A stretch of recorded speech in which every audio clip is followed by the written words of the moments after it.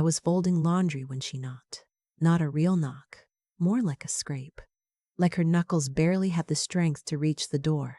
I set down my husband's old flannel shirt. I still fold it, even 2 years gone, I don't know why. And I walked to the front door and I opened it, and there she was. My daughter-in-law, standing on my porch in the November cold without a coat, her left arm pressed across her ribs, her eyes not quite meeting mine. I said her name. She said, I didn't know where else to go. I stepped back and let her in. I want to tell you about the kind of woman she is, because it matters. She is not the kind of woman who asks for help. She grew up being told that asking for help was the same as admitting weakness, and she believed it for a long time. She is 31 years old, and she has been married to my son for 4 years, and in those 4 years I have watched her slowly, carefully, learn to let people love her. It has been like watching someone teach themselves to swim in water they don't entirely trust. Careful, deliberate, always watching for something to go wrong. So when she showed up on my porch at 20 minutes past 9 on a Tuesday night, without a coat, and with that arm pressed against her ribs, I did not ask questions. I brought her inside. I sat her on the couch. I got a blanket, and I got her a glass of water, and I sat down beside her and I waited. She said, something happened. I said, okay. She said, she came to the house. I knew who she meant before she said the name. There was only one she that would make my daughter-in-law show up at my door looking like that. Only one she that had spent the last 4 years making it quietly, consistently clear that my son had made the wrong choice, that the woman he married was not sufficient, that something better had been waiting for him, and he had been too foolish or too blinded to see it. My son's older brother's wife, my other daughter-in-law, I suppose, though she had never once acted like family. 44 years old, sharp-tongued, and absolutely certain she was the final word on everything that happened in this family. I said, tell me. So she told me. She said my son had been at work. She had been home alone. She was not feeling well. She had been tired for several weeks, and she had an appointment the following Thursday to find out why. And she was resting on the couch when the doorbell rang. She answered it because she thought it might be a delivery. And when she opened the door, her sister-in-law was standing there with a bottle of wine and a smile that did not reach her eyes. She said she had been in the neighborhood. She said she had been in the neighborhood. She said she thought she would stop by. She said she wanted to talk. My daughter-in-law let her in. I know she wishes now that she hadn't, but she let her in because she has spent 4 years trying to make peace with this woman, and she was not ready to stop trying. She led her to the kitchen. She offered her a glass of water. She sat across from her at the kitchen table, and she waited for whatever it was that had brought her here. It came quickly. Her sister-in-law set down the wine bottle, and she looked at her and she said, I want you to know that I've always thought you were a nice enough person. My daughter-in-law said she felt the air change when she heard that. The way air changes right before something breaks. She said, thank you. She waited. Her sister-in-law said, but I want you to understand something. This family has a certain way of doing things, a certain standard, and I have genuinely tried, to figure out where you fit into that. And I don't think you do. I've never thought you did, and I think somewhere in yourself, you know that too. My daughter-in-law sat very still. She told me she felt something happen in her chest. Not pain exactly, more like a door closing. She said, why are you telling me this? And her sister-in-law said, because someone should have told you sooner, before you got more attached, before this went further. She meant the marriage, 4 years of marriage. She was sitting at my daughter-in-law's own kitchen table, drinking water from my daughter-in-law's own cup, and she was telling her that her marriage was a mistake she should not have made, and should perhaps consider not continuing. My daughter-in-law stood up. She told me her hands were shaking. She said she told her to leave. She said she kept her voice level. She said, please leave my house. Please leave now. Her sister-in-law did not leave. She picked up the wine bottle and she said, I'm not finished. My daughter-in-law walked to the front door and opened it and said, "I am." What happened next happened fast. Her sister-in-law followed her into the entryway. My daughter-in-law told her again to leave. Her sister-in-law stepped toward her, and her voice changed, and she said, "You don't get to dismiss me." And my daughter-in-law stepped back, and her sister-in-law grabbed her by the arm, the left arm, the arm she was pressing to her ribs when she showed up on my porch, and squeezed it hard enough to leave marks, and shoved her backward. And my daughter-in-law caught herself on the doorframe and did not fall, but she felt something pull in her side that made her gasp. Her sister-in-law left after that, walked out the open door like she was the one who had been wronged. My daughter-in-law stood in her entryway for a few minutes. Then she called my son, and he did not pick up. He was in a meeting. She knew that. She had forgotten, and she sat down on the floor, and she stayed there for a while. And then she got up, and she drove to my house. I listened to all of it. I did not interrupt. When she finished, I looked at her arm, and I asked if I could see it, and she pushed up her sleeve, and there were 4 finger-shaped bruises already forming on the inside of her forearm.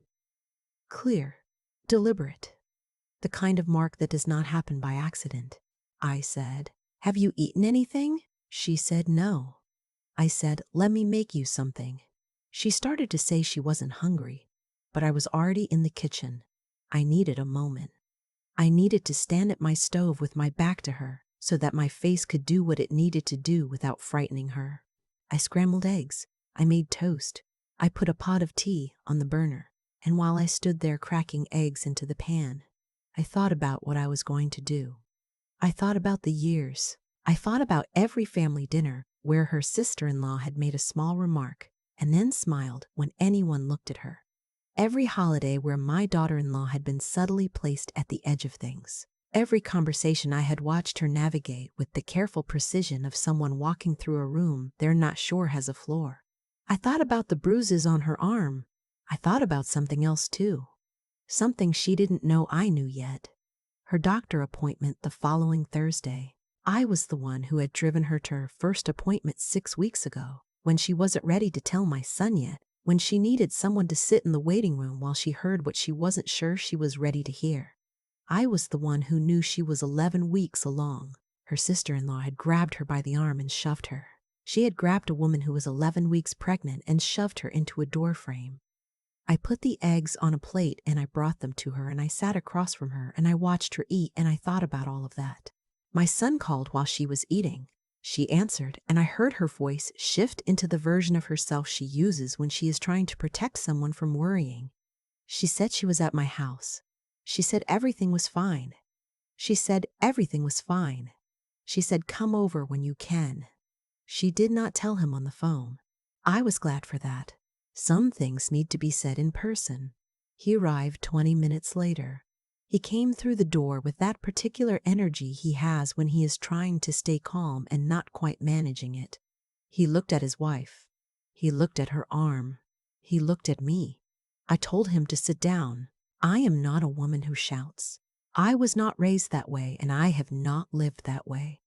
My husband used to say that my quietness was the thing that told him when something was serious, because I was not the kind of person who performed emotions I wasn't feeling.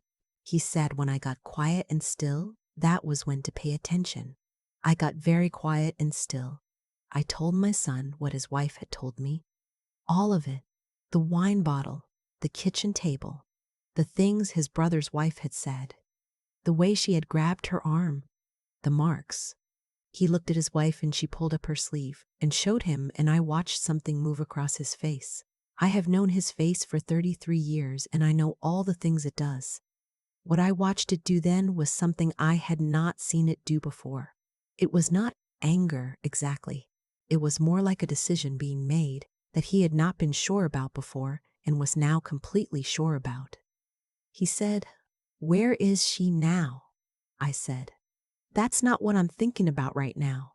He looked at me. I said, "I'm thinking about Thursday." He didn't understand for a moment, and then he looked at his wife and she looked at me, and I said, "She grabbed you, she shoved you, she knew, or she guessed. Either way, she did it anyway." My daughter-in-law's face changed then. It crumpled, just at the corners. the way faces do when someone has named the thing you were most afraid to name. She said, she doesn't know for certain. I said, she knew enough. My son reached across the table and took his wife's hand and held it and did not let go. I called my older son that night, not to ask him anything, to tell him. I told him what his wife had done. I told him about the marks on her arm. I told him that she had come into his brother's home and said what she said, and then laid hands on his brother's wife, and I needed him to know that I had seen the marks myself, and that I was going to handle this, and he was going to need to decide what he was doing. He was quiet for a long time. He said, she told me she was going to stop by. I said, she did more than that. He said, I'm sure she didn't mean to. I said, the marks on her arm are 4 inches long. There is no version of that is accidental. Another silence.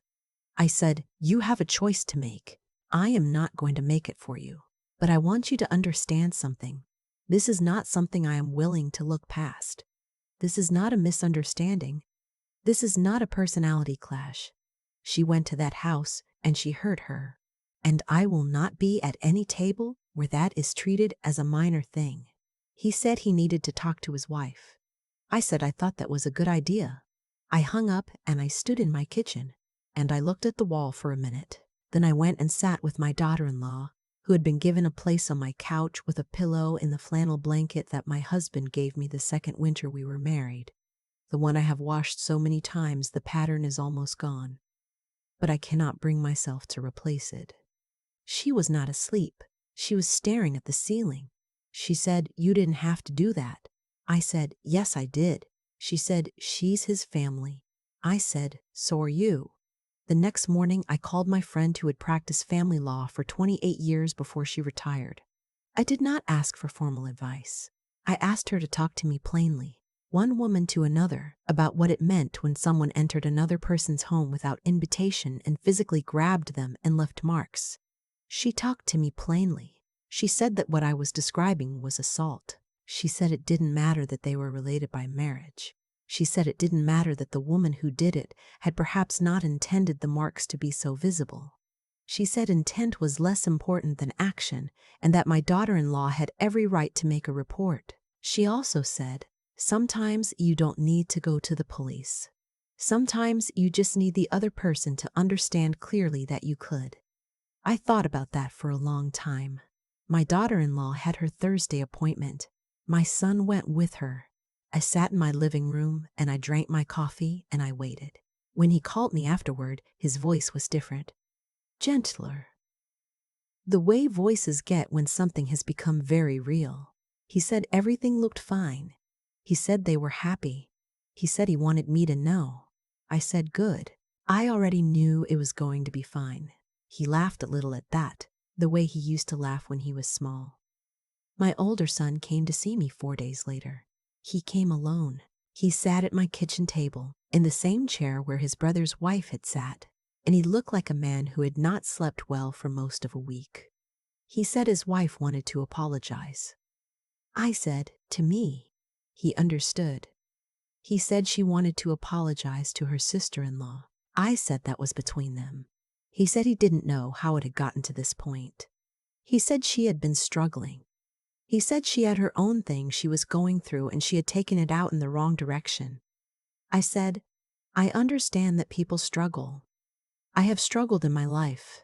I have never grabbed another person and left marks on their arm. He looked at the table. I said, I love you. I want to be clear about that. I love you the same way I have always loved you. But there are going to be consequences here, and those consequences are hers to carry. They are not something your brother's wife is going to be asked to absorb. He said, what kind of consequences? I said, she will not be in my house. Not for a while, and not until your brother and his wife decide they want her to be. That is not my decision to make for them, but while they are deciding, she will not be here. He said, that includes holidays. I said, yes. He sat with that. He said, with that. He said, Mom. I said, I know. He left after a while.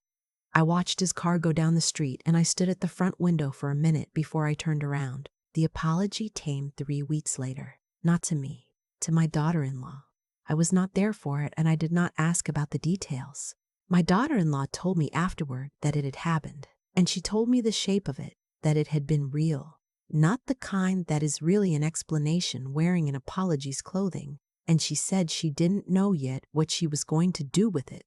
I said, "You don't have to decide today?" She said, "I know. That's the thing. I actually know that now." Thanksgiving was quiet. Just my son and his wife and me and the old flannel tablecloth my mother passed down that is too thin to keep anything warm but too full of memory to put away. We made too much food and we ate too slowly and we talked about everything except the thing we were all aware of, which was the empty chairs and what had put them there. After we ate, my daughter-in-law helped me with the dishes. We stood side by side at the sink, the way we had done a dozen times before, and she washed, and I dried, and neither of us said anything for a while. Then she said, "I want you to know something." I said, "Okay." She said, "When I was growing up, I used to think that family was just the people you were stuck with, like it was an accident of geography. You got whoever you got and you made the best of it." I kept drying the glass in my hands. She said, "I didn't think it was something you could choose, or that someone could choose you."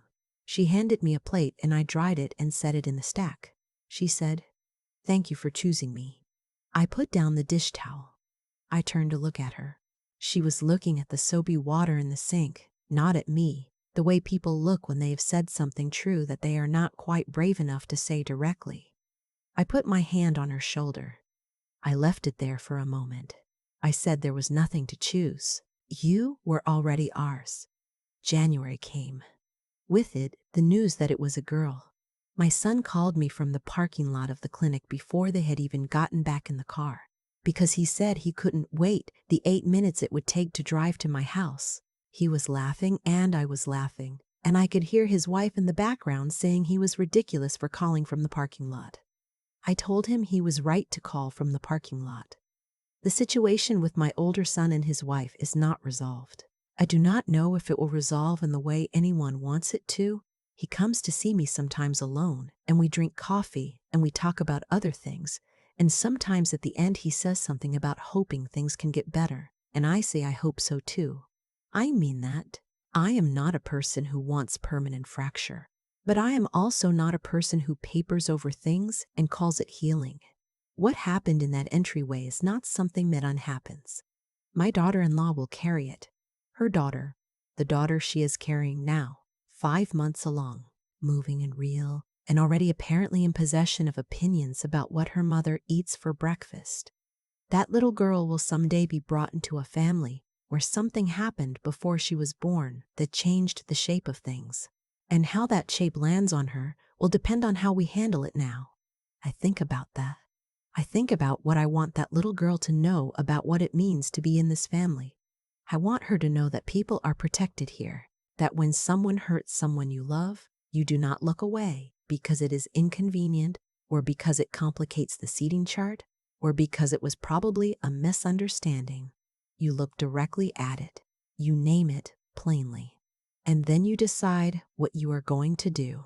I want her to know that love is not a performance. It is not something you do at holidays and in photographs. It is the phone call you make when you are still in the parking lot. It is the porch light you leave on. It is the flannel blanket from 1973 that is too worn to keep anyone warm, but you put it over someone anyway because it is what you have. Spring comes early some years. This year it came early. I have a garden in the back. Nothing dramatic, tomatoes and herbs, and a row of something my neighbor gave me cuttings from that I am not entirely sure what it is, but it comes up green every April without being asked. I was out there on a Saturday in March, mealing in the cold dirt, when my daughter-in-law came through the back gate. She had a cup of coffee in each hand. She was wearing one of my son's old jackets over her coat, because her own coats no longer button the whole way. She handed me a cup and she crouched down beside me, which took her longer than it used to and made her make a face when she got there. And she looked at what I was doing. She said, "What are those?" I said I wasn't entirely sure. She said, "That seems like a risk." I said, "Everything worth growing is a risk." She looked at me then, the same way she had looked at me in November when she said what she said about choosing. Not quite directly, but close. She said, "I think I understand now what you meant about this being ours." I pressed my hand into the dirt, the cold of it, the solidity. I said, "Good." We stayed there for a while, the two of us in the morning quiet, in the garden, waiting for things to grow,